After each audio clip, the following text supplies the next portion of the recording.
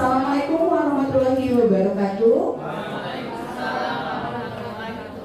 Selamat siang dan semangat pagi. Oke, masih semangat ya Bapak Ibu semua ya? Oke, alhamdulillah. Nah, sebelum kita mulai acara, mari kita berdoa dulu. Semoga apa yang kita pelajari hari ini dan apa yang kita dapat menjadi keberkahan untuk kita. Berdoa dimulai.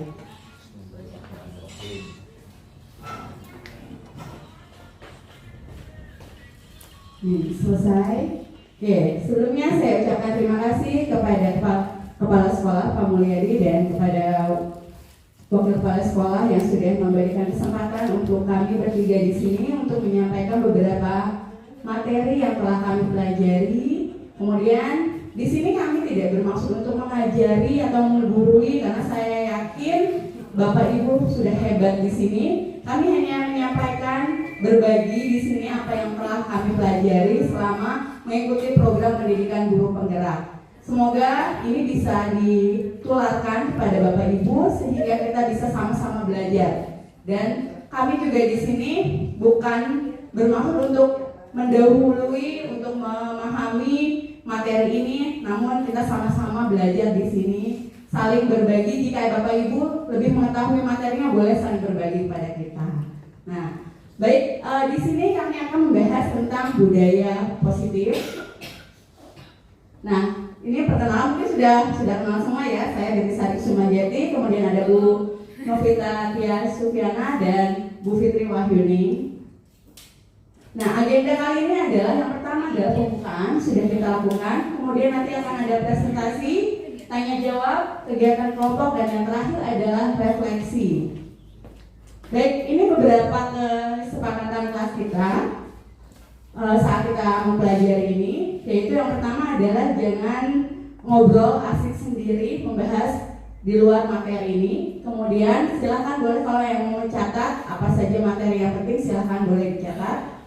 Kemudian jika ada yang mau bertanya silakan untuk mengacungkan tangan dahulu, baru nanti dipersilakan untuk bertanya. Dan kemudian di sini diminta kita fokus konsentrasi terhadap materi yang akan kita bahas. Dan yang terakhir adalah ketepatan waktu.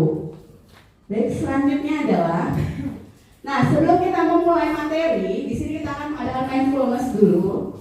Nah caranya adalah, Ibu Bapak silakan memejamkan mata, kemudian dalam hitungan 1-4 tarik nafas dalam-dalam, dan kemudian ditahan sampai 1-4, dan kemudian dibuang melalui mulut.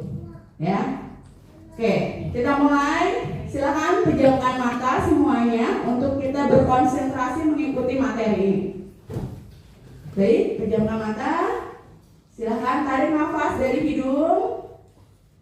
Oke, tahan 1, 2, 3, 4. Silakan buang dari mulut. Ulangi lagi.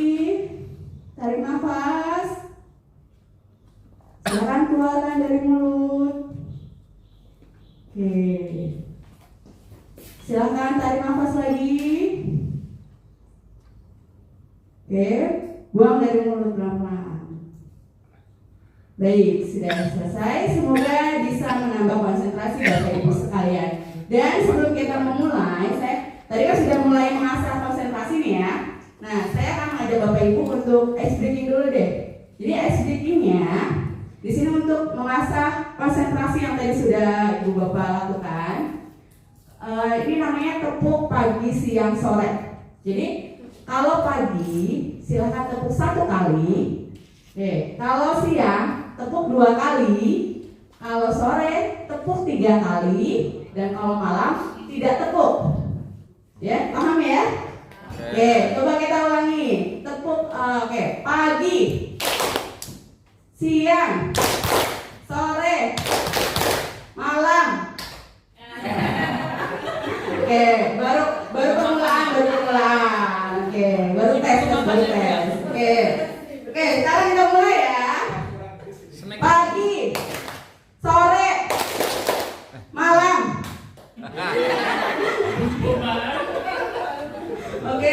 Kita ulang lagi. Siang, sore, pagi, sore,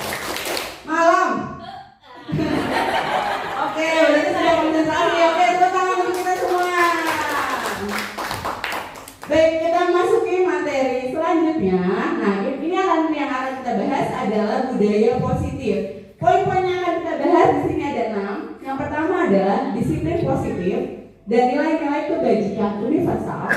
Kemudian teori motivasi, hukuman dan penghargaan, restitusi. Kemudian keyakinan kelas. Kemudian kebutuhan dasar manusia dan dunia berkualitas. Dan selanjutnya restitusi 5 posisi kontrol. Dan yang terakhir adalah restitusi segitiga. Lalu segitiga restitusi. Oke, selanjutnya. Nah, budaya positif. Kenapa sih kita perlu belajar tentang budaya positif? Di sini kita tahu bahwa budaya positif sangatlah penting untuk mengembangkan anak-anak yang memiliki karakter yang kuat sesuai dengan nilai-nilai kebaikan. Jadi, melalui budaya positif ini kita berharap kita bisa mendidik anak-anak sesuai dengan nilai-nilai kebajikan yang kita sepakati. Nah, kemudian sekolah di sini merupakan sarana prasarana untuk menjadi tempat terciptanya lingkungan yang positif yang membentuk budaya positif. Jadi sekolah ini selain di rumah, sekolah merupakan tempat untuk membentuk budaya positif anak-anak untuk menjadi anak-anak yang berkarakter yang memiliki nilai-nilai kebajikan. Nah, kalau di sekolah, tanggung jawab kita sebagai guru untuk menciptakan lingkungan tersebut. Lingkungan yang seperti apa? Lingkungan yang menyenangkan, lingkungan yang menjaga, dan tentunya melindungi murid dari hal-hal yang tidak baik agar karakter murid tumbuh dengan baik. Jadi sudah kewajiban kita, sudah tanggung jawab kita menjaga dan melindungi murid dari hal-hal yang tidak baik agar mereka tertuju pada nilai-nilai kebajikan tersebut. Kemudian membangun budaya positif di sekolah harus sesuai dengan filosofi pendidikan Ki Hajar Dewantara. Nah, di sini tujuannya adalah dimana untuk membantu visi sekolah sesuai dengan tujuan pendidikan. Bapak Ibu tahu visi sekolah kita? Ayo, visi sekolah kita apa? Perceka. Oke, betul ya. Oke, next. Nah, ini dia visi sekolah kita SMA Negeri 1 Cikandep. Perceka, peserta didik cerdas berkarakter. Di mana peserta didik memiliki kecerdasan intelektual berupa intelijensi quotient, kemudian kecerdasan emosional, kecerdasan spiritual.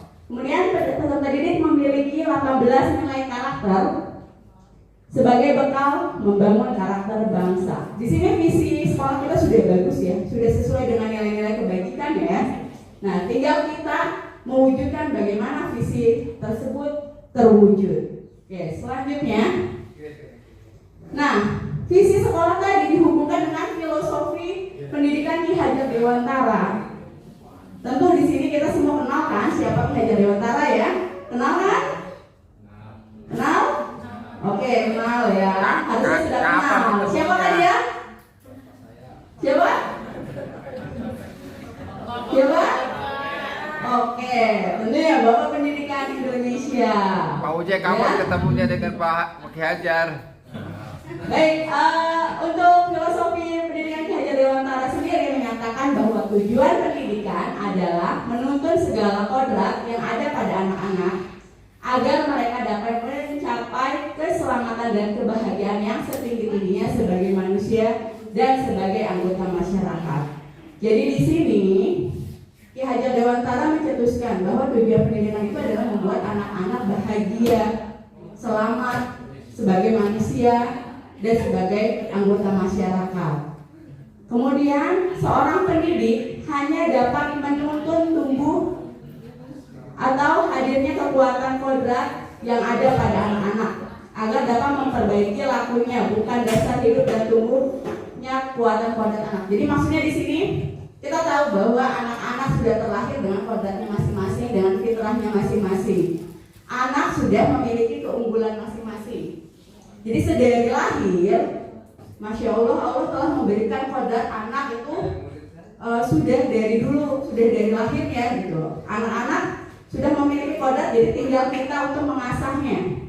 Bagaimana cara mengasahnya?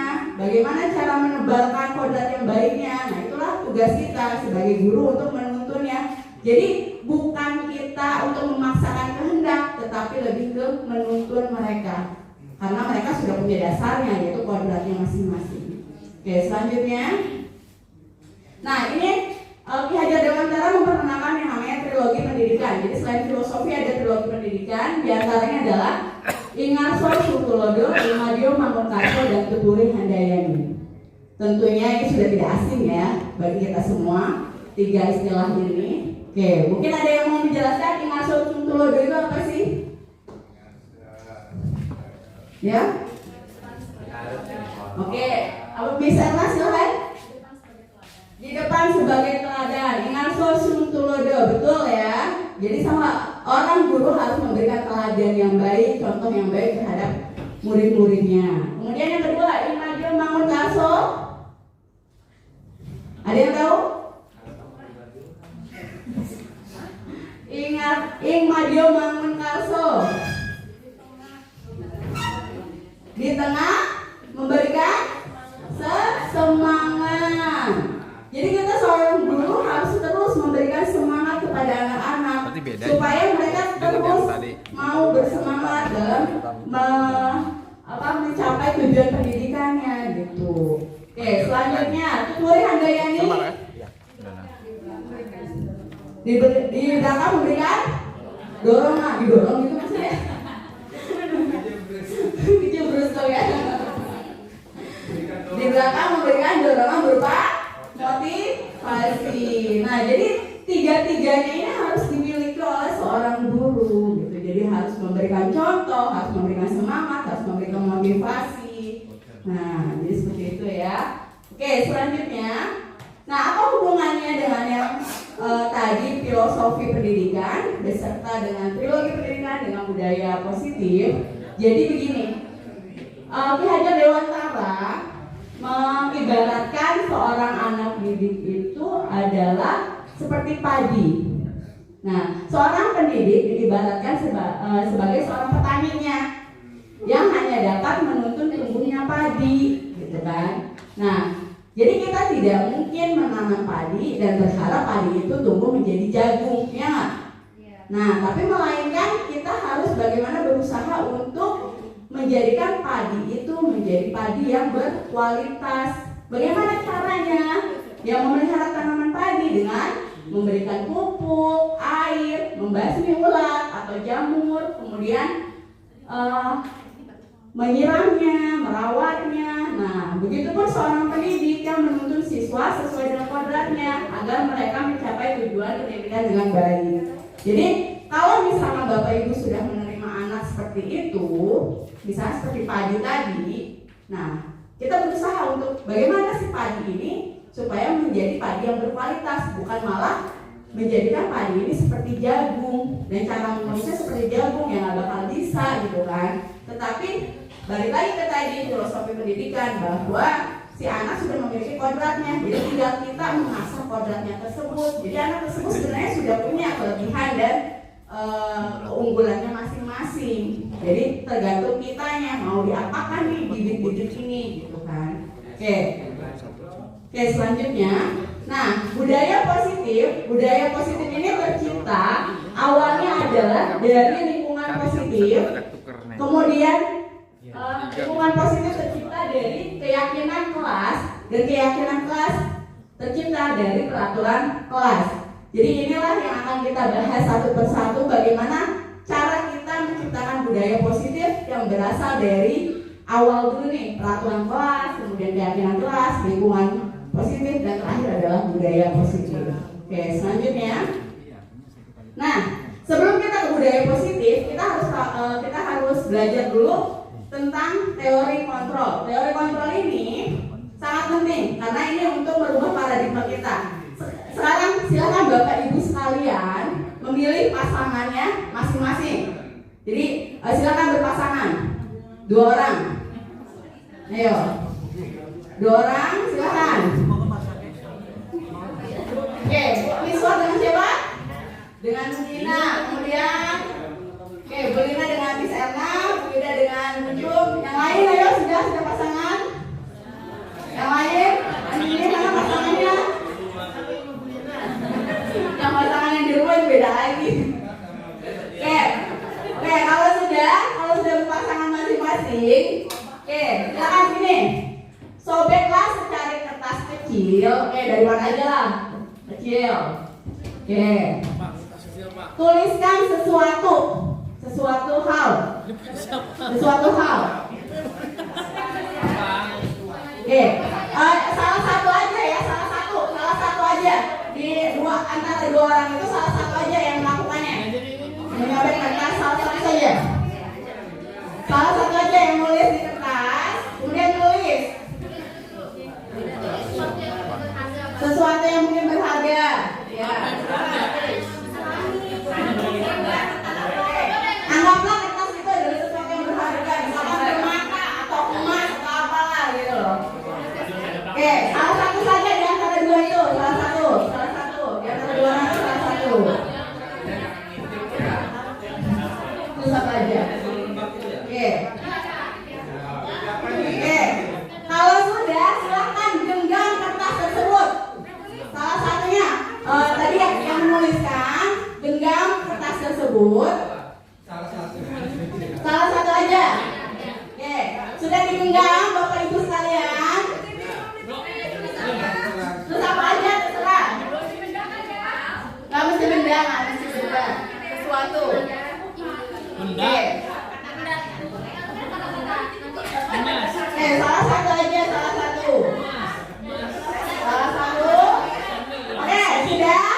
Kalau sudah, silakan yang satu lagi yang tidak menggenggam, coba untuk meminta genggaman tersebut dibuka. Tapi yang satunya ingat ya, yang menggenggam kertas jangan dibuka, jangan diberikan ke siapapun.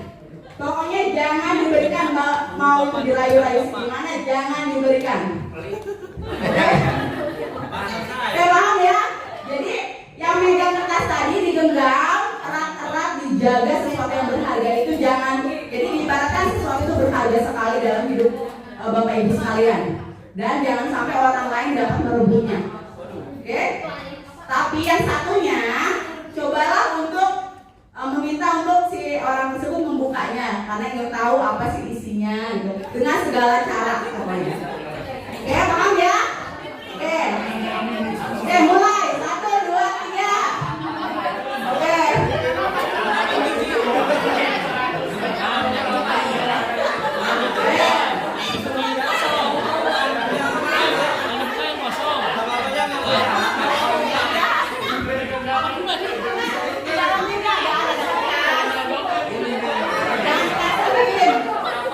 Ayo, setelah apapun meminta jangan dikasih. Coba rayuannya.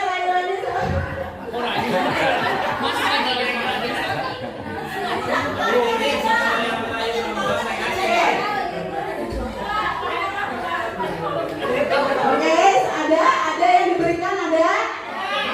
Nggak ada ya? Mumat dapat. Oke, Mumat dapat. Siapa yang dapat? Oke, Saduri juga dapat. Oke, sebelumnya kita ke yang dapat dulu. Siapa tadi yang bisa berebut? Oke, Bu tadi yang menggenggam. Oke, yang menggenggam. Bu ada yang berebut. Oke, kenapa bisa terbuka? Katanya kenceng banget. Katanya kenceng banget. Umar kenapa pengen tahu banget? Pengen banget tahu ya kan? Bu memberikannya gitu kan? Oke, kita tahu dulu dan Umar. Oke, selanjutnya dari Pak Saduri ya. Pak Saduri berhasil berebut dari Pak Sakomi. Kenapa pengen buka banget? Enggak pengen buka banget, cuma karena saya pikir kenapa harus mempertahankannya. Kenapa belum tahu sama Bu Titis? Kenapa nanya saya? Kenapa nanya? Oke, Pak Sakomi kenapa kok bisa terbuka itu? Tidak lebih karena rasa belas kasih. Oke, tidak lebih karena belas kasih. Oke, yang berhasil mempertahankan siapa di sini? Oke, Miss Wan berhasil mempertahankan. Oke, kenapa mempertahankan? Karena patut dipertahankan. Oke, patut mempertahankan. Ada lagi di sini coba dari bapak-bapaknya. Siapa tadi yang mempertahankan? Siapa nih? Oh, Pak Awi. Kenapa Pak Awi bisa dipertahankan? Kok harusnya gak minta?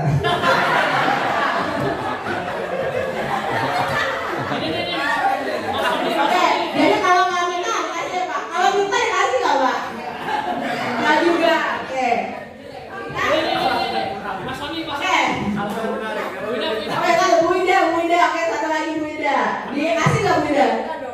kenapa nggak dikasih?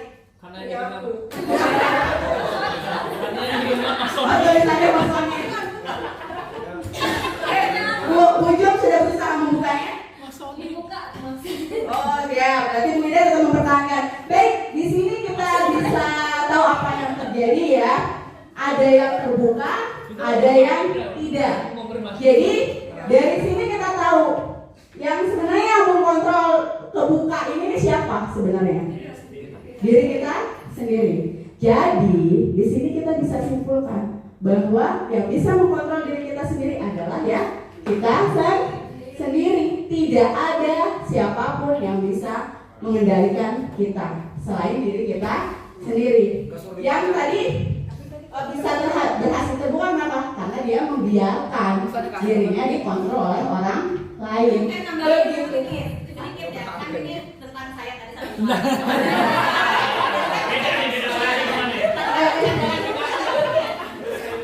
tadi yang menangannya semangat itu bercanda.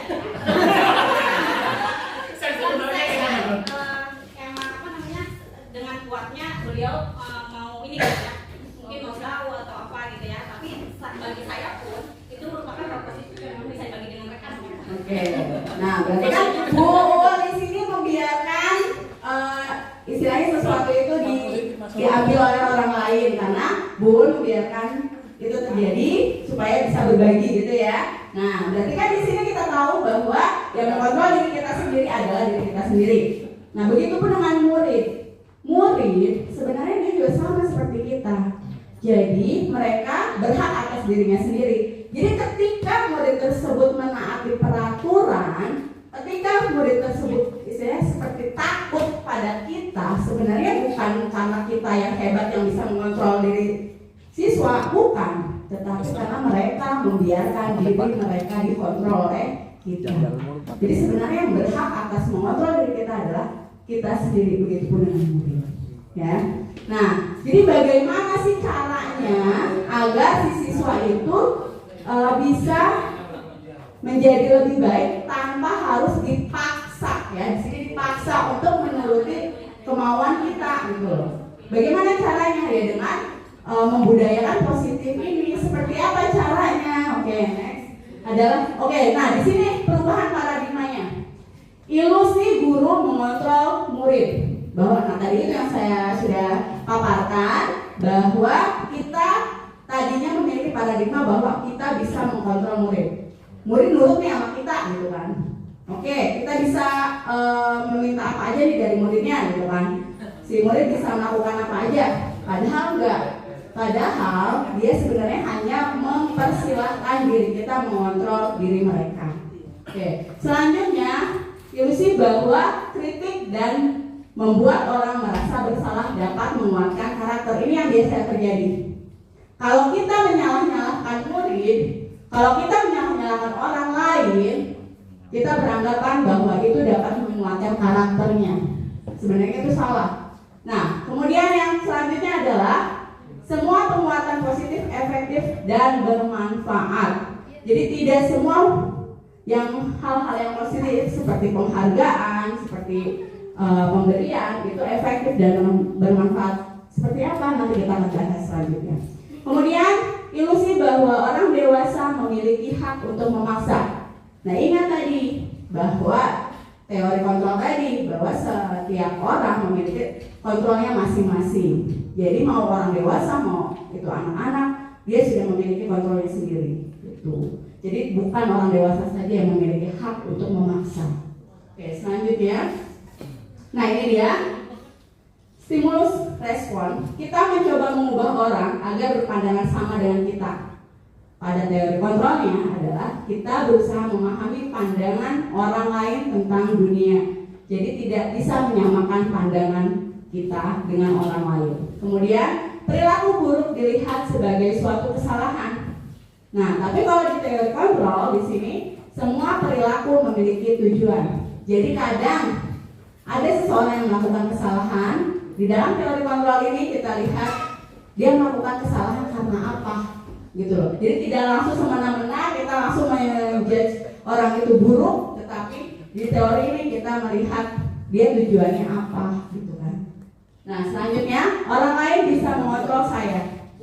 Nah, ini stimulus respon. Sebenarnya dalam teori kontrol adalah hanya Anda atau hanya kita yang bisa mengontrol diri kita sendiri. Selanjutnya, saya bisa mengontrol orang lain. Sebenarnya kita tidak bisa mengontrol orang lain. Pemaksaan ada pada saat bujukan gagal. Nah, jadi di sini kalau misalkan udah gagal dipaksa-paksa gitu kan. Tapi kalau misalnya di teori kontrol adalah kolaborasi dan konsensus menciptakan pilihan-pilihan baru. Jadi caranya bukan memaksa ataupun memaksakan kehendak. Kemudian selanjutnya model berpikir menang atau kalah. Nah, teori kontrol ini lebih ke win and win. Jadi menang dan menang. Jadi kedua-duanya sebenarnya yang menang. Jadi kayak tadi proses tadi yang berebut kertas itu sebenarnya dua-duanya menang, tidak ada yang menang dan tidak ada yang kalah. Oke, selanjutnya. Nah, dalam rangka menciptakan lingkungan positif, salah satu strategi yang perlu kita tinjau kembali adalah penerapan disiplin di sekolah kita. Apakah telah efektif? Apakah masih perlu ditinjau kembali? Apa sesungguhnya arti dari disiplin itu sendiri? Apa kaitannya dengan nilai-nilai kebajikan? Nah, maka kita bahas melalui beberapa teori. Yang pertama tadi sudah teori kontrol, dan yang selanjutnya adalah teori 3 motivasi perilaku manusia. Nah, disiplin. Makna disiplin ini adalah disiplina, yang artinya adalah belajar. Di sini mungkin kita sudah tahu ya makna dari disiplin itu seperti apa, terlebih guru PKN gitu kan, tahu disiplin itu seperti apa gitu kan. Nah, di budaya kita kata disiplin telah berubah menjadi sesuatu yang dilakukan seseorang pada orang lain untuk mendapatkan kepatuhan.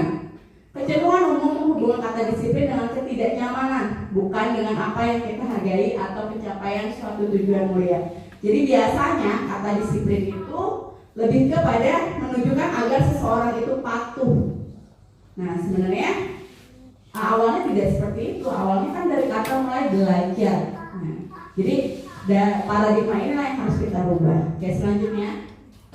Nah, disiplin positif. Disiplin positif adalah kontrol diri, yaitu belajar untuk mengontrol diri agar dapat mencapai suatu tujuan mulia.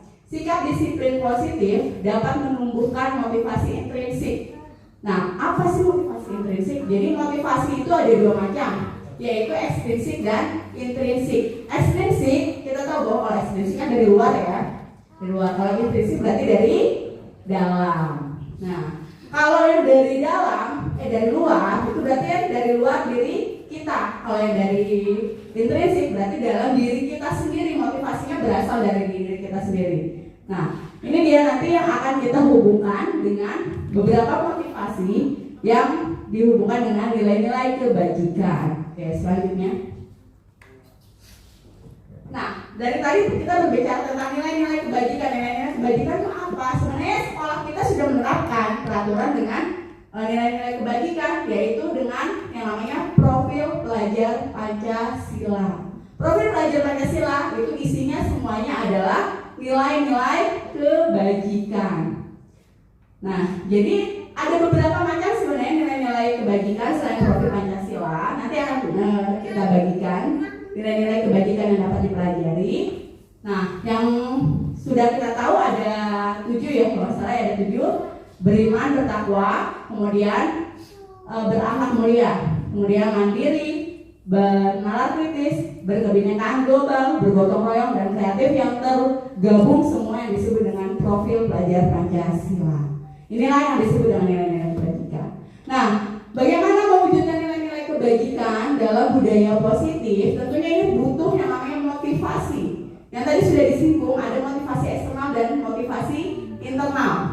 Nah, berikutnya adalah teori motivasi perilaku manusia yang sudah disinggung tadi, ada eksternal dan internal. Jadi kalau yang eksternal adalah berupa hukuman. Nah, tentu itu hukuman. Jadi ada 3 macam, ada hukuman, ada penghargaan, dan yang terakhir adalah menghargai diri sendiri. Nah, atau disiplin diri. Nah, yang pertama adalah untuk menghindari ketidaknyamanan atau hukuman, biasanya seseorang takut ya. Dalam arti di sini adalah kalau misalkan saya tidak melakukan itu, apa sih yang saya dapat? Apa sih hukuman yang saya dapat? Jadi mau tidak mau orang tersebut melakukan mematuhi peraturan tersebut, itu namanya hukuman. Nah, itu termasuk dalam motivasi eksternal. Kemudian yang kedua adalah penghargaan. Penghargaan di sini termasuknya motivasi eksternal juga. Karena apa? Karena dia mengharapkan sesuatu imbalan. Karena pasti dia akan berpikir apa yang akan saya dapat apabila saya melakukannya. Jadi selalu terngiang-ngiang kalau misalkan kalau saya melakukan itu pasti saya nanti dapat imbalan, pasti saya akan dapat sesuatu. Nah, itu masih masuk dalam motivasi eksternal. Selanjutnya adalah untuk menghargai diri sendiri. Nah, ini yang ketiga. Jadi ini adalah motivasi internal yang tujuannya adalah untuk disiplin diri, yang menciptakan disiplin positif. Artinya motivasi ini keluar dari dalam diri sendiri. Untuk menghargai diri sendiri, menjadi insan sesuai harapan kita. Saya akan menjadi orang yang seperti apa apabila saya melakukannya. Nah, dari ketiga kalimat ini yang ada di layar, mungkin Bapak Ibu semua bisa membedakan ya, mana yang termasuk motivasi eksternal, mana yang termasuk motivasi internal. Nah, lebih bagus mana Bapak Ibu sekalian? 1, 2, 3? Yang ketiga. Tapi yang biasa kita lakukan yang mana? Yang ke-1. Ada lagi yang ke-2. Nah, jadi di sini kita mencoba untuk sama-sama belajar, untuk coba menerapkan yang ketiga untuk menciptakan motivasi internal. Oke, untuk materi selanjutnya akan diteruskan oleh rekan saya, Bu Fitri. Silakan Bu Fitri.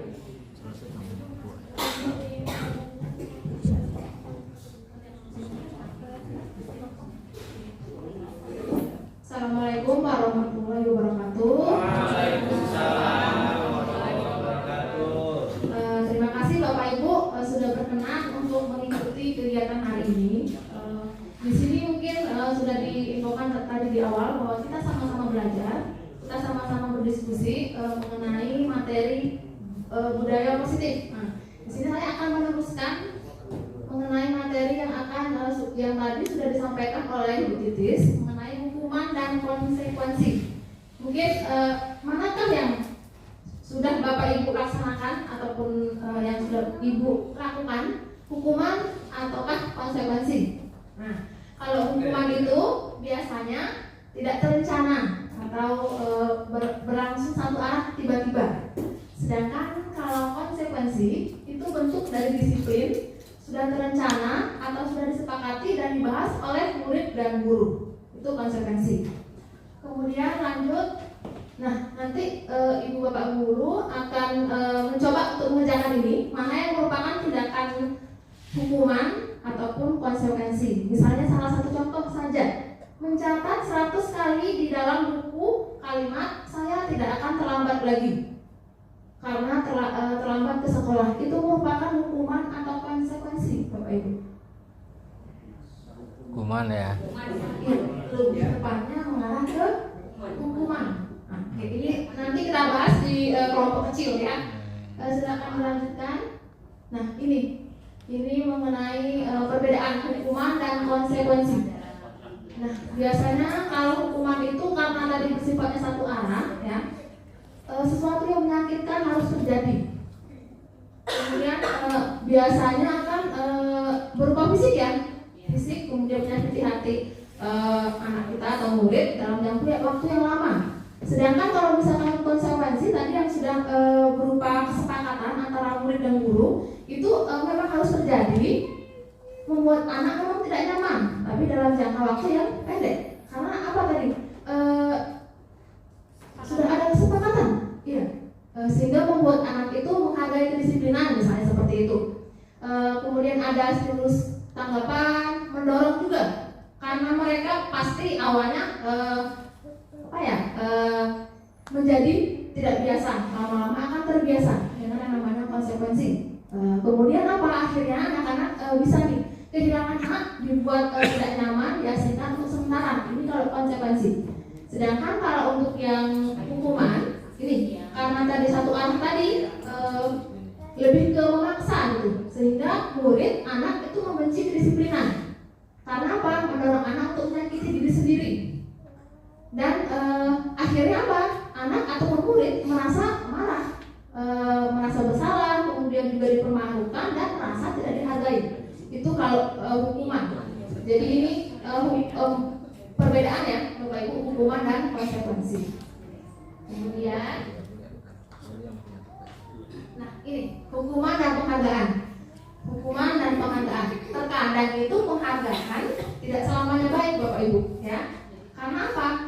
Menurut Alvin Koch, nah ini bahwa penghargaan maupun hukuman itu merupakan cara-cara untuk mengontrol perilaku seseorang untuk menghancurkan potensi untuk pembelajaran yang sesungguhnya. Misalnya dalam pembelajaran ini, misalnya siapa yang bisa mengerjakan ini, gitu kan, nanti ibu kasih permen atau semacamnya. Itu kan penghargaan ya, membuat anak untuk melaksanakan suatu kegiatan ataupun stimulus. Namun hal itu tidak baik untuk apabila kita lakukan terus-menerus.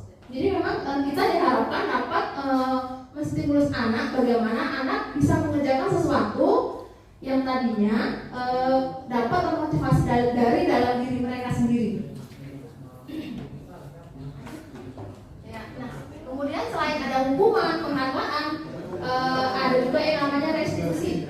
Nah, restitusi ini nanti akan dibahas juga di kelas akhir. Restitusi ini apa? Restitusi ini merupakan kolaborasi antara guru dan murid. Jadi kalau misalkan anak itu tidak mengikuti aturan ataupun melanggar peraturan, itu tidak serta-merta kita hukum. Tapi kita harus ada prosesnya begitu. Nah, proses itulah yang namanya restitusi. Nanti ada yang namanya proses restitusi atau segitiga restitusi. Lanjut, nantinya akan dibahas di akhir. Nah, ini dia tadi identitas mengenai hukuman dan disiplin. Kalau hukuman pasti nanti identitasnya gagal. Karena tadi apa? Bisa membuat murid ataupun anak merasa bersalah, negatif. Kemudian kalau yang identitas sukses itu bisa menciptakan kedisiplinan. Nah, kedisiplinan ini bisa menerapkan konsekuensi dan restitusi. Jadi nanti hasilnya kalau konsekuensi netral, sedangkan kalau yang restitusi itu positif, Bapak Ibu. Jadi memang mungkin mulai sekarang kita bisa belajar untuk melakukan proses restitusi terhadap anak. Jadi kalau misalkan anak melakukan suatu perbuatan, harus kita lakukan proses restitusi. Ini untuk yang selanjutnya, ini materi yang mungkin kita praktekkan di akhir, merupakan mengenai keyakinan kelas, ya. Keyakinan kelas. Jadi memang perlu Bapak Ibu di dalam kelas kita memiliki keyakinan kelas. Atau misalkan yang awalnya itu peraturan. Nah, di sini dikatakan bahwa mengapa tidak peraturan saja? Mengapa harus keyakinan kelas? Nah, coba mungkin Bapak Ibu ada yang bisa menjawab nomor 1. Mengapa kita memiliki peraturan? Harus menggunakan helm bila mengendarai kendaraan roda 2. Jawabannya apa? Demi keselamatan. Kemudian yang kedua, mengapa kita memiliki peraturan 3M, menggunakan masker, mencuci tangan, dan menjaga jarak 1,5 meter. Ini mungkin saat kondisi COVID ya. Kenapa? Untuk terhindar dari COVID. Ada jawaban yang lain mungkin? Menjaga kesehatan. Passion. Boleh ya, passion. Menjaga kesehatan ya. Oke, terima kasih. Mungkin yang nomor 3. Mengapa kita memiliki peraturan harus datang tepat waktu ini pada saat mengikuti pelatihan? Supaya tidak tertinggal materi ya. Boleh. Apa lagi?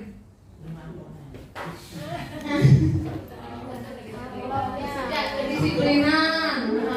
Ya, bisa juga biar selamat ya. Biar nanti tidak dimarahi, misalnya seperti itu. Oke, jadi jawaban-jawaban Bapak Ibu tadi ada nilai keselamatan, nilai kesehatan, ya. Itu merupakan keyakinan Bapak Ibu. Nah, silakan. Ini nilai keselamatan ataupun itu nilai keyakinan, nilai-nilai kebijakan universal ya yang nantinya disepakati tersirat ataupun tersurat yang dapat memotivasi dalam diri seseorang, sehingga dengan adanya motivasi dalam diri itu dapat membuat seseorang itu tergerak dan dapat membuat bersemangat untuk melakukan suatu kegiatan tanpa adanya aturan ya. Itu kemudian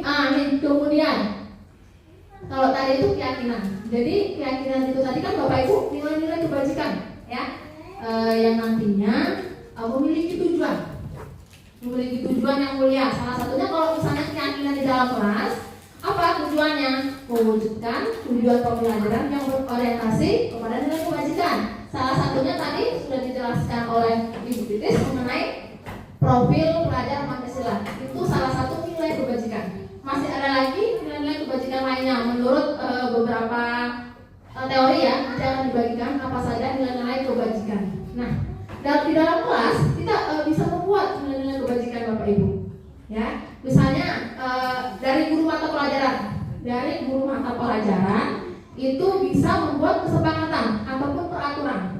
Nah, peraturan pembelajaran misalnya di awal semester. Nah, setelah guru mata pelajaran membuat keyakinan kelas dengan muridnya, kemudian guru mata pelajaran dikumpulkan, boleh dievaluasi dengan siapa? Dengan wali kelas. Nah, kemudian nanti wali kelas beserta murid setelah mendapatkan beberapa peraturan tadi yang kita ubah menjadi keyakinan kelas, dievaluasi bersama. Setelah dievaluasi bersama, nanti bisa ditempel di kelasnya masing-masing. Jadi misalnya nanti ada, kita kan mau merubah peraturan menjadi keyakinan kelas. Nanti setelah setiap wali kelas itu mendapatkan keyakinan kelasnya, nanti bisa dilaporkan kepada wakil kepala sekolah, khususnya mungkin bidang wakil kepala kurikulum Pak Bayi. Nah, nanti Kesiswaan aja. ya bergabung mungkin dengan Bapak kesiswaan. Anda ada di belakang saya. Mulai keyakinan kelas Pak. Nah,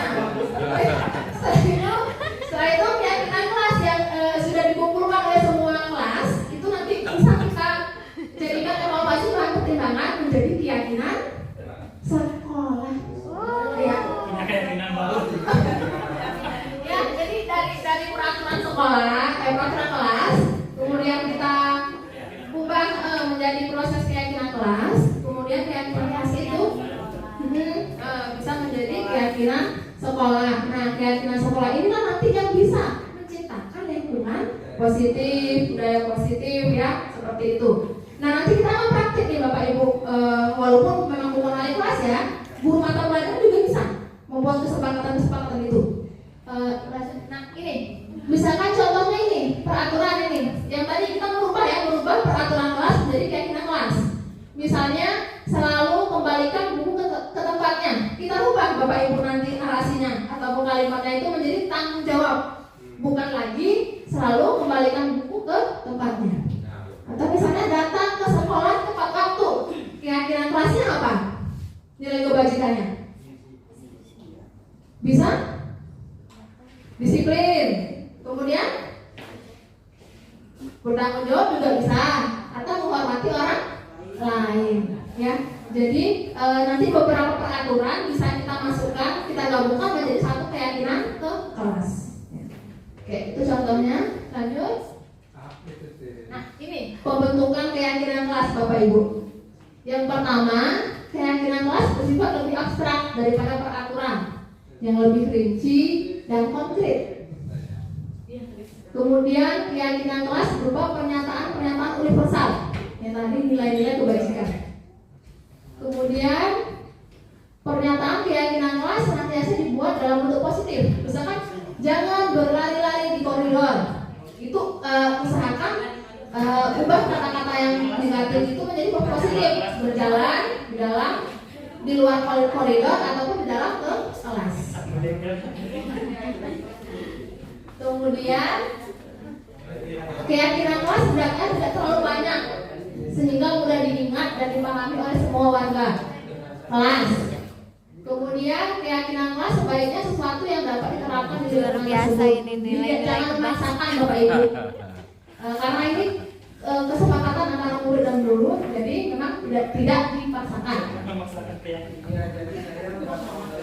Kemudian semua warga kelas tidaknya ikut berkontribusi. Jadi semua anggota kelas, murid-muridnya nanti berkontribusi membuat satu keyakinan kelas ya. Kemudian bersedia meninjau kembali keyakinan kelas dari waktu ke waktu. Jadi misalkan satu semester boleh diperbaharui, ya.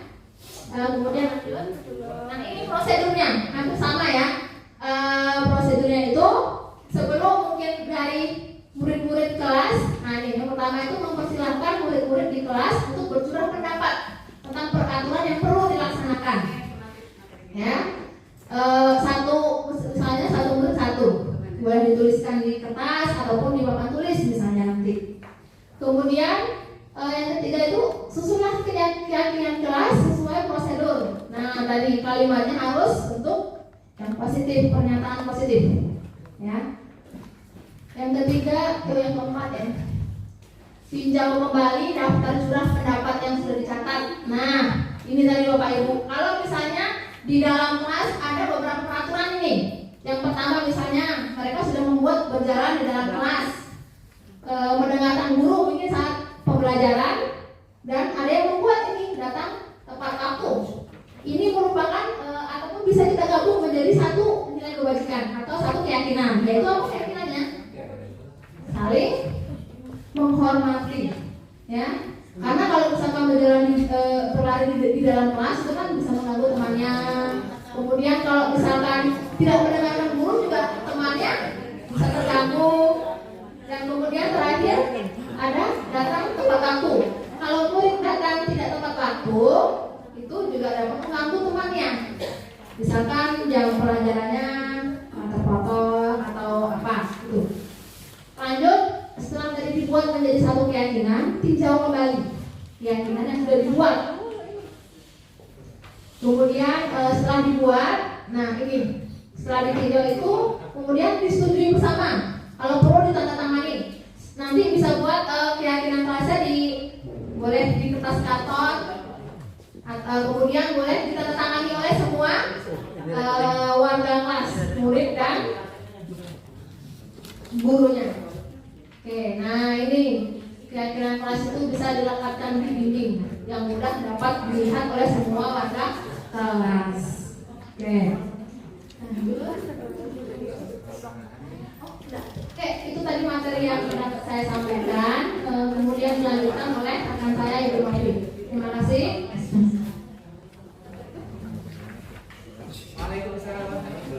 Assalamualaikum warahmatullahi wabarakatuh. Selamat pagi.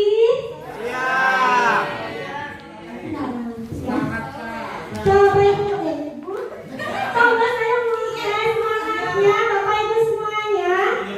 Dengar tadi ya, tepuk. Apa tadi? Tepuk pagi, tepuk siang, tepuk sore, sama tepuk. Di sini terlambat ya. Oke? Siap Bapak Ibu?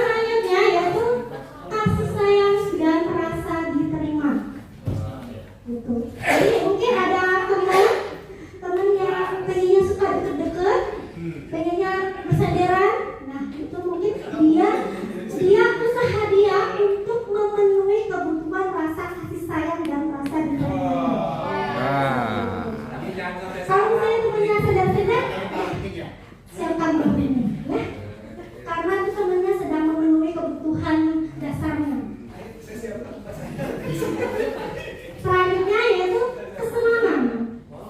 Kesenangan. Jadi biasanya ada yang bapak pesan yang suka nyanyi-nyanyi itu berarti dia untuk memenuhi kebutuhan kesenangannya dengan cara menyanyi. Gitu. Ya, mancing, betul. Itu apa namanya untuk menyalurkan kebutuhan kesenangannya. Selanjutnya kebebasan. Kebebasan dan selanjutnya terakhir adalah penguasaan.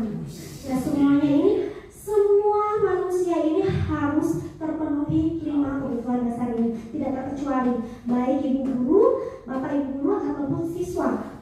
Jadi kita nggak boleh melihat misalnya siswa ini suka bermain bola di kelas. Kalau bermain di lapangan nggak apa dong ya tempatnya. Kalau bermain bola di kelas, ini kira-kira bener nggak? Kalau bapak ibu ini, kira-kira gimana? Kalau ada siswa yang bermain bola di kelas itu gimana Pak Ibu? Kesenangan yang tidak tahu aturan. Nah itu siswa itu dia ingin memenuhi kebutuhan kesenangannya. Tugas kita yaitu menuntunnya. Bagaimana cara menuntunnya? Nah, kita pelajari bagaimana cara menuntun siswanya. Ya, selanjutnya. Perhatikan Bapak Ibu, nanti saya membacakan panjang ini.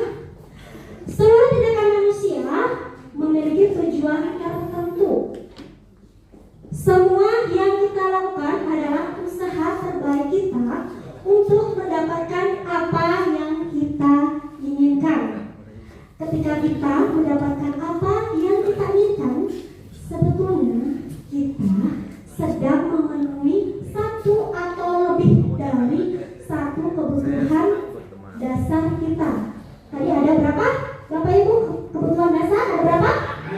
Ada 5. Coba saya mau tes, ada 5 itu ada apa aja? Mau ini ada udah ngantuk.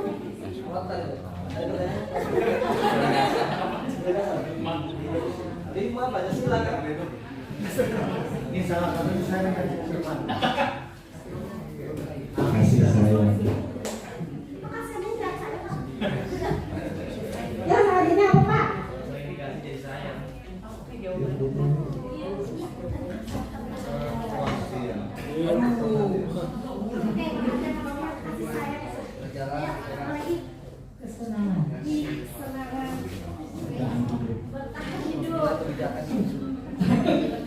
Baca deh. Yang ditanya Bu Novi ada di depan. Penguasaan ya, saya sudah membaca pikiran Bapak ya. Oke, selanjutnya.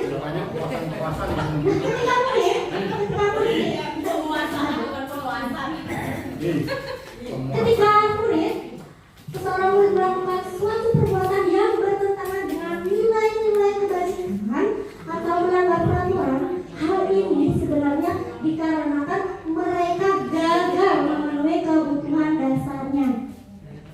Nah, ini Bapak Ibu sebenarnya pas membaca ini, belajar tentang modul ini, tentang materi ini di penggerak ini, saya juga agak shock. Wah, berarti selama ini saya salah ya. Selalu ucap, kamu ini gak mau mulai tugas, kamu kemana aja gitu. Berarti selama ini yang saya lakukan, mungkin Bapak Ibu enggak ya, udah baik. Kalau saya seperti itu, ya, itu saya agak apa namanya, agak terpukul gitu. Wah, ternyata selama ini saya yang apa yang saya lakukan ini salah. Jadi saya pribadi ingin belajar untuk memperbaiki pelayanan saya sebagai seorang guru kepada siswa. Saya harap Bapak Ibu bisa lebih baik lagi, yang baik tambah lebih baik lagi ya. Lanjut.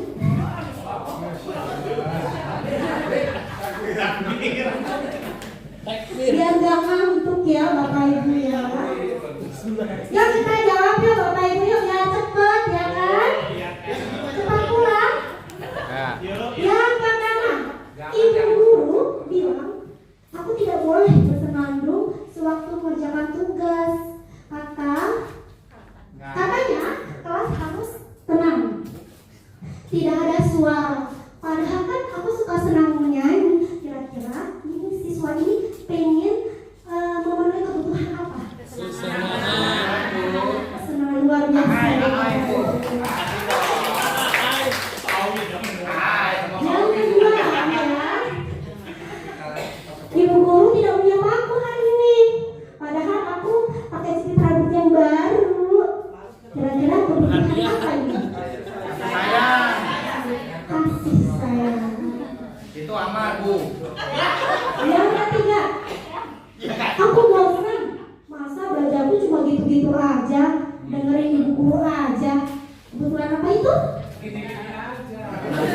itu? Kenapa belajar di kelas aja sih? Kenapa nggak di lapangan atau di kebun? Kira-kira itu untuk memenuhi kebutuhan apa? Kebebasan. Iya, itu kebebasan. Selanjutnya, aku sebel. Gambarku tidak rapi, malah ibu guru nunjukin ke teman-temanku di depan kelas. Kebutuhan apakah itu? Itu puasa.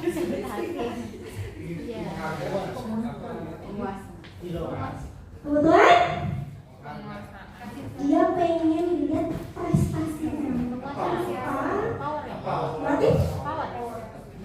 Power atau penguasaan. Ya, tepuk tangan buat kita semua. Selanjutnya, tadi kita udah belajar tentang kebutuhan dasar ya Bapak Ibu. Jadi kita tidak boleh memecat siswa yang melakukan kesalahan. Kita korek dulu kebutuhan dasar apa sih yang kira-kira siswa itu tidak terpenuhi. Memang agak lama ya Bapak Ibu untuk mengorek-ngorek atau perlu effort yang lebih. Selanjutnya kita masuk ke 5 posisi kontrol guru. Oh, nggak boleh nomor 1. Kontrol guru. Ada berapa Bapak Ibu? Ada 5. Kamu sudah lagi ini kontrol guru apa kontrol apa gitu loh Bapak Ibu. Ada 5. Yang pertama itu adalah penghukum, pembuat merasa bersalah, teman, pemantau, dan manajer. Ini posisi kontrol sebagai penghukum. Wah, ini guru olahraga. Biasanya kalau yang posisi penghukum yaitu tangan di pinggang, Oh iya.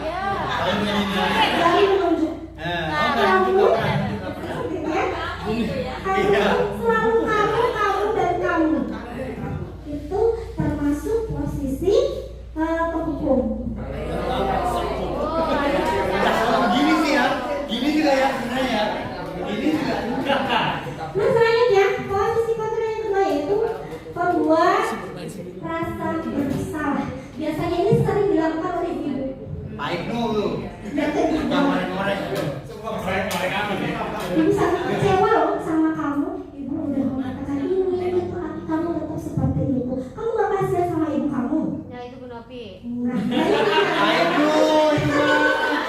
Sering saya dengar itu tuh. saya selalu melakukan itu juga Bapak Ibu. Bu ada Bu. Selanjutnya bisa sendiri. Selanjutnya yang ketiga yaitu teman. Sebagai kamu ini kamu sering kayak gini aja sih. Ya udah nggak apa-apa kamu masuk aja kelas. Ini berarti posisinya sebagai teman. Di sini kebanyakan Bapak Ibu biasanya sebagai teman ya. Nggak apa-apa kayak gitu mah gampang. Kelas lagi nggak apa-apa. Iya. Pak Adi. Selanjutnya ya ini pemantau. Wah, pemantau ini biasanya suka jaga gerbang. Aduh, saya lancar Pak Ibnu ini. Wah, kita juara, Bro. Nah yang pemantau ini Mana Pak Ibnu? cara menghukumnya Bapak Ibu.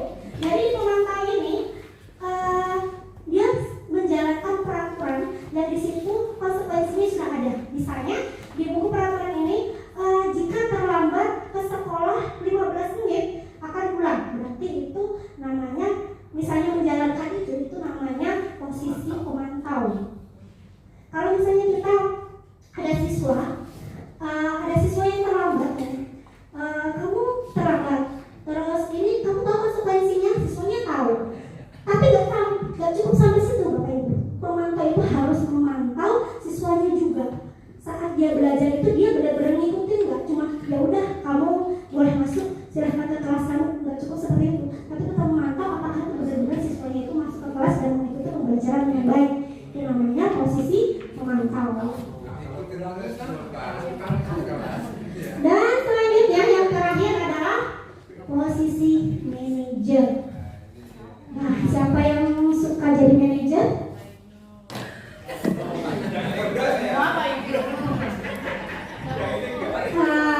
Nah, ini diharapkan Bapak Ibu semuanya ini berada di posisi manajer.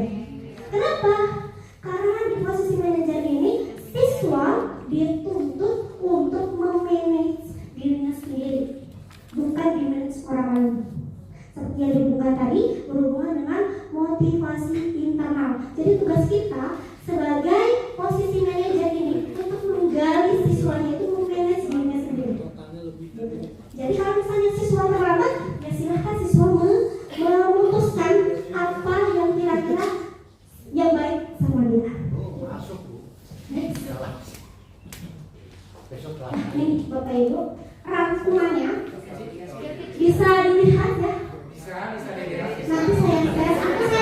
kebaca bangga. Hanya dilihat doang, kebaca bangga. Nah, materinya sudah di-share, boleh dilihat Bapak Ibu di grup. Nah, untuk sebagai Grup yang mana nih? sebagai seorang pemimpin ini dampaknya itu dia biasanya akan mengulangi kesalahan lagi. Terus untuk pembuat merasa bersalah ini biasanya siswa ini merasa rendah diri. Kalau siswa sebagai posisi kita sebagai teman, yang itu dampaknya pada siswa itu lemah, tidak mandiri dan tergantung. Pasti ibu kayak gitu lagi nanti, pasti dia juga balik lagi saya kayak gitu lagi. Nanti kalau salah juga paling dimaklumin. Selanjutnya pemantau itu dampaknya itu adalah menitik beratkan pada sanksi atau hadiah untuk dirinya. Nah, ini yang paling diharapkan yaitu posisi kontrol manager, yaitu dampaknya itu mengevaluasi diri, bagaimana cara memperbaiki diri. Bagaimana caranya? Nah, nanti caranya kita akan melakukan dengan cara tersebut. Oh, ini masih praktek aja ya, praktek dulu. Untuk prakteknya, saat kita menghadapi siswa, ini apa yang kita sampaikan, yang sampai kepada siswa ini, kata-kata itu hanya 10% yang masuk ke dalam siswa atau direspek sama siswa itu adalah 10%. Terus selanjutnya itu adalah nada suara. Nada suaranya lembutkah, lantangkah, galakkah, Masuk kau. Terus, nah yang paling besar itu adalah melihatnya itu adalah gesturnya. Walaupun marah, bukan jangan ya. Ini maksudnya seharusnya itu tidak memperlihatkan kalau kita sangar, walaupun kita sangar, ya. Soalnya ini gestur sendiri mempengaruhi psikologis pada anak. Misalnya anak itu udah diginiin nih. Saya pernah mempraktekkan anak saya susah dikasih tahu. Saya udah gini aja udah gini. Wah, berarti itu sudah mempengaruhi psikologis pada anak. Selanjutnya, nah ini sebenarnya kita praktek ya, tapi untuk menghemat waktu, next ya, next.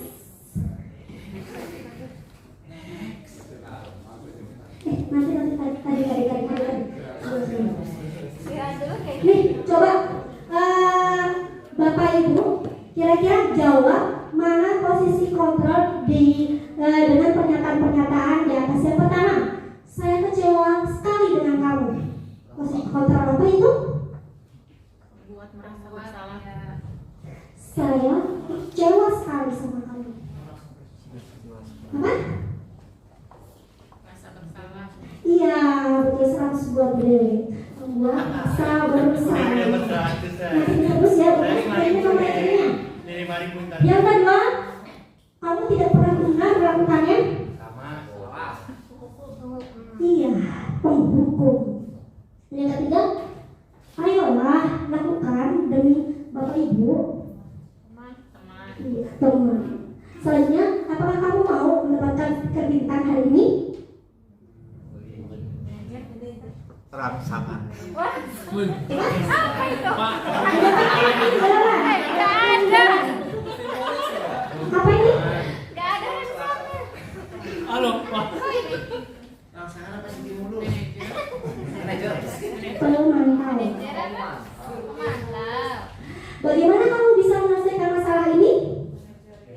Nah, ini Bapak manajer. Selanjutnya, kamu selalu yang paling terakhir. Penghukum. Cirinya itu dengan kata selalu. Kamu selalu aja terlambat. Kamu selalu kamu aja yang terlambat. Nah, itu berarti termasuk kontrol penghukum. Next. Nah, ini restitusi tadi sudah dijelaskan oleh Bu Fitri, yaitu untuk menciptakan kondisi bagi siswa untuk memperbaiki kesalahannya dan memecahkan permasalahan pada dirinya sendiri. Jadi yang membuat masalah itu siswa, tapi siswa untuk mencari solusinya sendiri. Itu namanya restitusi. Selanjutnya, nah inilah 9 ciri-ciri restitusi. Yang pertama, bukan untuk menebus kesalahan, namun untuk belajar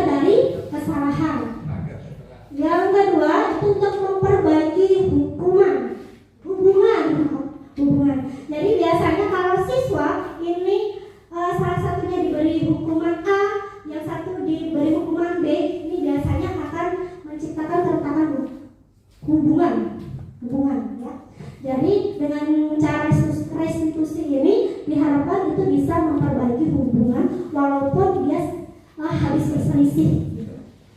Yang ketiga yaitu tawaran bukan paksaan. Jadi kalau siswa kita konflik dengan pertanyaan-pertanyaan tapi siswa jawabnya nggak tahu, kita berikan pilihan. Gitu. Yang keempat yaitu restitusi, itu menuntut untuk melihat ke dalam diri siswa. Selanjutnya restitusi mencari kebutuhan dasar yang mendasari tindakan. Yang keenam, restitusi diri adalah cara yang paling baik untuk memperbaiki diri. Yang ketujuh yaitu restitusi fokus pada karakter bukan tindakan. Ini harus digarisbawahi ya. Jadi restitusi itu selain untuk memecahkan permasalahan sendiri siswa itu, tapi juga untuk menguatkan karakternya siswa. Nah, yang perlu digarisbawahi lagi yaitu restitusi itu adalah fokus pada solusi. Dan terakhir, restitusi mengembalikan murid yang berbuat salah pada kelompoknya. Jadi diharapkan misalnya ada siswa yang saling berselisih, itu kita melakukan restitusi. Setelah itu selesai kembali ke kelas, dia akan merasa baik-baik saja. Dengan harapannya seperti itu ya. Next. Nah, bagaimana cara untuk melakukan restitusi, yaitu dengan cara melakukan segitiga restitusi. Kenapa disebut dengan segitiga restitusi? Karena ada tiga step untuk melakukan restitusi. Next. Nah, ini adalah segitiga restitusi. Yang pertama yaitu menstabilkan identitas. Menstabilkan identitas ini biasanya dilakukan untuk siswa yang biasanya melakukan kesalahan itu biar dia itu tidak down karena ketemu sama kita. Misalnya kemarin itu saya pernah melakukan segitiga restitusi pada anaknya Pak Febri yang bernama Asyar. Dia anak yang jarang masuk, terus ngumpulin tugas. Hari ini harus deadline input rapot, dia baru ngumpulin. Setelah itu saya melakukan restitusi, menanyakan kenapa kamu terlambat mengumpulkan, karena saya lupa. Nah, bagaimana cara menstabilkan identitasnya? Lupa itu adalah hal yang manusiawi. Setelah saya jawab kayak gitu, apa yang terjadi? Itu anak shock. Mungkin di pikirannya, biasanya kalau kayak gitu dimarahin gitu. Saya bilang seperti itu. Saya melihat ekspresinya itu seakan-akan dia bingung, kenapa kok saya diperlakukan seperti ini gitu. Selanjutnya, memvalidasi tindakan yang salah. Terus saya tanyakan, dengan kamu mengumpulkan tugas hari ini, deadline-nya hari Senin kemarin, kira-kira kamu sudah benar nggak tindakan kamu? Dia dengan sadar menjawabnya tidak. Gitu. Itu namanya memvalidasi tindakan. Tindakan itu sudah benar atau salah. Gitu. Selanjutnya yaitu menanyakan keyakinan. Nah, kalau menanyakan keyakinan, kalau di kelasnya sudah ada keyakinan kelas, boleh ditanyakan keyakinan kelasnya itu apa aja. Tapi kalau belum ada keyakinan kelas, tanyakan seharusnya yang baik itu seperti apa. Gitu. Tanyakan pada siswa untuk menjawab sendiri. Bukan kita yang menjawab, bukan kita yang mengarahkan, tapi kita hanya bertugas memantik dengan pertanyaan-pertanyaan agar siswa menjawab atau menyelesaikan permasalahannya sendiri. Next. Nah, ini menstabilkan identitas itu untuk membuat murid yang merasa gagal karena berbuat salah menjadi positif terhadap dirinya. Biasanya kalau siswa sudah salah itu biasanya minder, takut, mau ketemu sama gurunya aja udah ketakutan. Biasanya seperti itu kalau biasanya mentalnya yang kurang ya. Kalau mentalnya udah belajar itu biasanya mau salah mau apa itu aja gitu. Apa yang harus dilakukan pada siswa? Belum. Yang pertama itu berbuat salah itu adalah hal yang manusiawi. Tidak ada manusia yang sempurna. Bapak Ibu juga pernah berbuat salah. biasanya suka dibilang sama siswa itu lupa, terus nggak tahu. Biasanya itu jawaban yang klasik ya, lupa dan nggak tahu. Tapi kita harus memaklumi itu karena itu adalah hal yang manusiawi. Nanti bisa dibaca selanjutnya ya, Bapak Ibu ya, biar kita cepat ya. Selanjutnya, memvalidasi tindakan yang salah itu dengan membantu murid mengenali basic need atau kebutuhan dasarnya yang ingin dipenuhinya ketika melakukan kesalahan itu. Nah, tadi ada 5 ya, Bapak Ibu ya, kebutuhan dasarnya. Selanjutnya, ini adalah menanyakan keyakinan, yaitu dengan murid melihat kesalahannya dihubungkan dengan nilai-nilai kebajikan yang diyakininya mendasari manusia berinteraksi dengan orang lain. Contohnya seperti kita berkata, apa keyakinan yang ada di kelas kamu, seperti itu biasanya. Nah, ini adalah rangkuman tentang disiplin positif dan materi yang telah disampaikan tadi tentang teori kontrol, teori motivasi, 5 posisi kontrol, 5 kebutuhan dasar manusia dan seterusnya. Nanti bisa dibaca sendiri ya Bapak Ibu ya, materinya yang udah di share. Next. Nah, ini untuk dokumentasi penerapan budaya positifnya ada dokumentasi dari Bu Titis yang telah menerapkan membuat keyakinan kelas dan menerapkan segitiga restitusi. Kalau yang pernah saya lakukan Bapak Ibu untuk melakukan atau untuk membuat keyakinan kelas malam, ini bulan ya. Saya semalam itu membuat keyakinan kelas.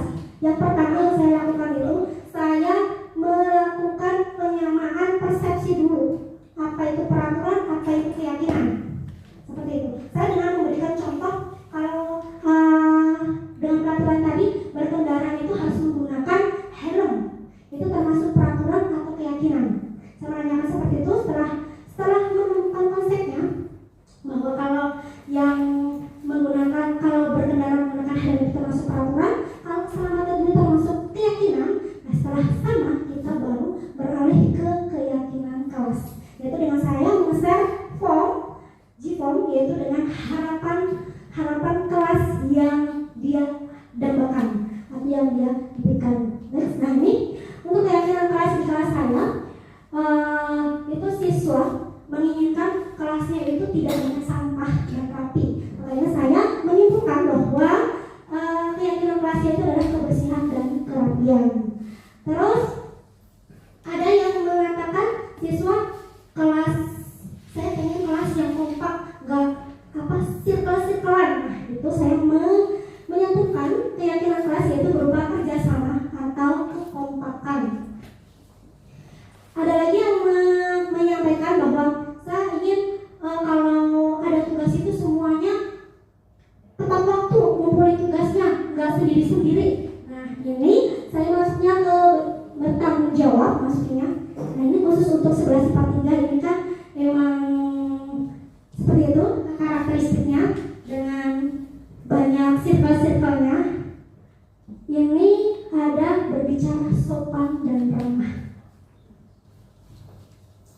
Dan yang biasanya yang ada setiap kelas itu adalah saling menghargai dan tolong menolong. Gitu. Mungkin nanti bisa disesuaikan ya Bapak Ibu ya, keyakinan kelasnya sesuaikan dengan kesepakatan kelas mau seperti apa. Kita hanya bisa membantu menariknya ke mungkin siswa bilangnya saya pengen kelasnya saling gotong royong, saling bantu-membantu, berarti itu nilai keyakinan kelasnya itu adalah tolong menolong atau gotong royong. Jadi Bapak Ibu nanti kalau membuat keyakinan kelas, siswa yang membuat kesepakatan kelas, Bapak Ibu hanya mendampingi dan menyimpulkan untuk membuat keyakinan kelas. Gitu aja. Nah, itu aja Bapak Ibu yang bisa kita sampaikan. Mungkin banyak kurangnya ya Bapak Ibu karena kita juga masih belajar. Semoga bisa dimaklumi oleh Bapak Ibu semuanya. Selanjutnya nanti kita akan belajar secara kelompok. Nanti akan dibagi menjadi 3 kelompok. Kalau dia terlambat ke sekolah, tapi tidak menggunakan sepatu. Bisa. Hidup budaya positif. Hidup budaya positif. Setidaknya saja kita bisa mengubah di dalam kelas juga. Seni budaya. Kita mungkin Saya akan mengubah diri saya. ya benar Bapak. Resolusi tahun 2002. Diri sendiri. Saya pengen menabung supaya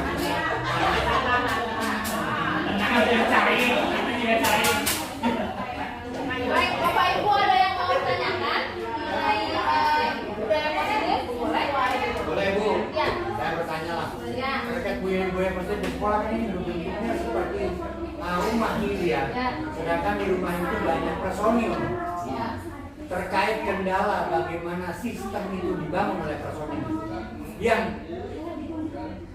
regulasinya dipegang oleh bapak rumah tangga, sedangkan tidak ada kekompakan antara bapak rumah tangga dan ibu rumah tangga dan anak-anaknya. Bagaimana seorang anak seperti saya untuk menyikapi budaya itu yang tidak terbangun oleh bapak rumah tangga? Jawab. Oke, baik, terima kasih Bapak. Saya akan mengembalikan tadi seperti yang tadi Bapak bilang, mengubah diri sendiri dulu. Ya sudah, saya jamin. Setelah itu nanti baru bisa mungkin berbagi dengan temannya. Oh, udah 10 tahun sih. Ini curhat apa? Kan itu apa sih budaya sekolah? Ya, ya setidaknya kan namanya proses Pak ya. Kita tidak tahu proses itu. Jangan berani sih gua.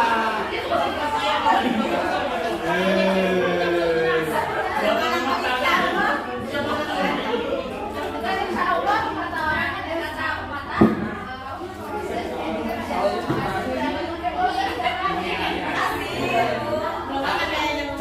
Contoh pertanyaan itu hal kecil aja. Satu pacara berbeda. Ya kan paling hanya bapak-bapak individu yang sebagian saja. Dan budaya itu malah makin sudah terpenuhi berarti ya. Nah, itu bagaimana cara membangun budaya? Karena pertanyaan apa sebenarnya kan kita sebagai guru kan menjadi apa ya? Modeling. Nah, nggak boleh tadi memaksakan gitu ya. Intinya kan boleh memaksakan. Nah, bagaimana kita membuat model diri kita sendiri kepada diri. Nah, bagaimana? Ya, semuanya ditanyain pokoknya. yang pertama tadi setelah kita mungkin Bapak Ibu mulai untuk apa ya menggerakkan diri sendiri dulu. Setelah itu mungkin kalau kata orang pasikin jangan banyak omong tapi kita action. Aduh. Jadi kita action, orang melihatnya bagaimana, semoga apa yang kita lakukan itu bisa dilihat orang. Saya tanya lagi Bu. Ada kerja gitu. Kalau ada setelah kita menjadi modeling Bu, terus ada pertanyaan. Pak Sigit, jangan rajin-rajin. Itu gimana? Mendekatinya. Ayo. Ya sudah. Saya punya dilema Bu. Mau menerima berjalan malaikat. Saya dilema jadinya. Jawabannya capek deh. Gimana Bu kira-kira Bu? Ya mungkin Jawabannya ingat sosum.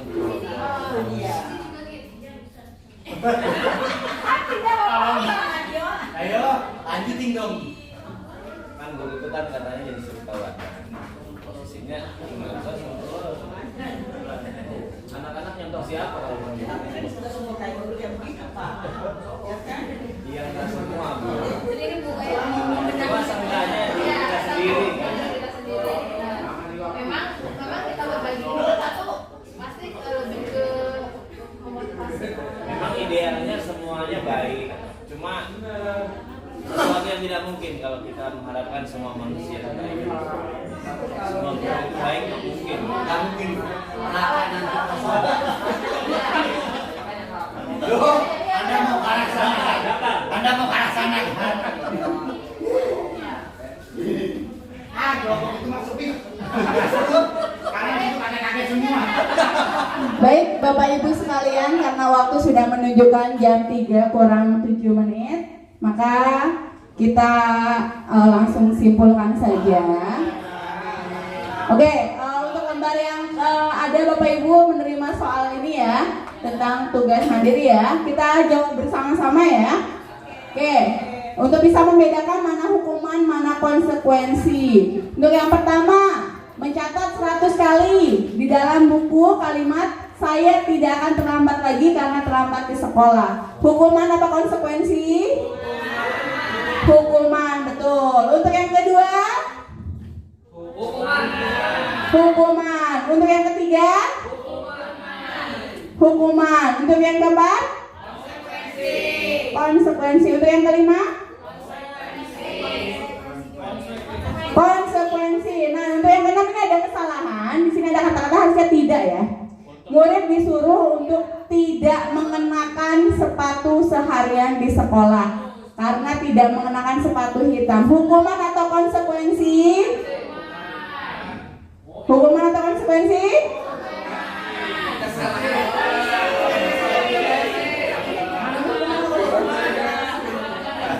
Kan kasihan Bapak Ibu kalau muridnya. Itu adalah hukuman ya. Hukuman. Yang kali A yang terakhir, lari mengelilingi lapangan basket, hukuman atau konsekuensi? Konsekuensi. Jadi bisa ya, sudah hebat-hebat nih bisa membedakan hukuman dan konsekuensi. Kebajikan silahkan disimpan Bapak Ibu untuk membuat keyakinan di kelasnya masing-masing. Dan dari kegiatan ini bisa kita simpulkan bahwa budaya positif bisa kita lakukan dimulai dari diri sendiri dengan menerapkan disiplin positif dan disiplin diri. Jadi semuanya kita lakukan secara bersama-sama dimulai dari diri sendiri kemudian kita tularkan kepada orang lain. Nah, mungkin cukup sekian untuk pemaparan dari kami, kurang lebihnya mohon maaf. Mungkin cukup sekian dari kami. Sekali lagi kurang lebihnya mohon maaf dan terima kasih atas partisipasinya. Wassalamualaikum warahmatullahi wabarakatuh. Saya kembalikan kepada Pak Alfi selaku yang tadi membuka.